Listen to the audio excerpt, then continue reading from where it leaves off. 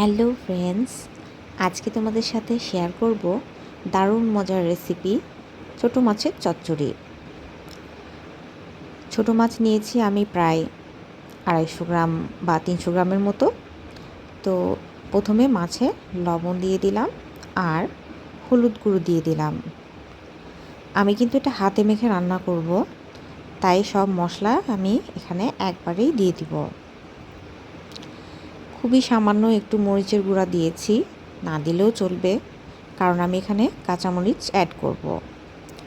সামান্য একটু জিরার গুঁড়া, এই প্রায় আধা চা চামচ, আর দিয়ে দিলাম একটা আলু, একদম চিকন চিকন, যেভাবে আলু ভাজি খাই আমরা ঠিক সেভাবে কুচি করে আলুটা দিলাম।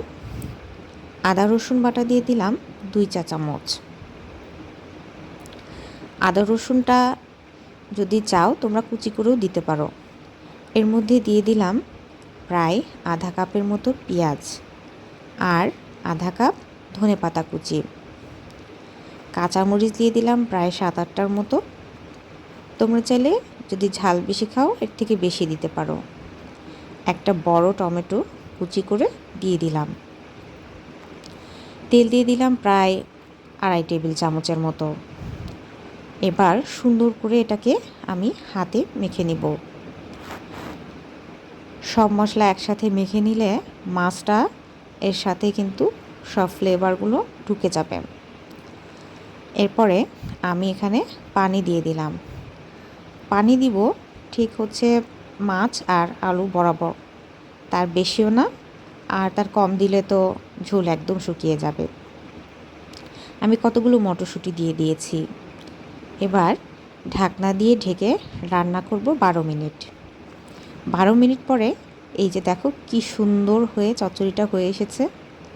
গরম ভাতের সাথে কিন্তু খুব দারুণ লাগবে। আমি সামান্য একটু ঝোলটা শুকিয়ে নিব। আমার মনে হচ্ছে ঝোলটা আরেকটু শুকিয়ে গেলে ভালো লাগবে। এই যে দেখো কি সুন্দর একটা রং এসেছে, আর স্বাদও কিন্তু বেশ দারুণ হয়েছে। পুরো ফ্যামিলির সাথে এটা গরম ভাতের সাথে খাবে, আর আমার চ্যানেলটি সাবস্ক্রাইব করে রাখবে। ধন্যবাদ সবাইকে।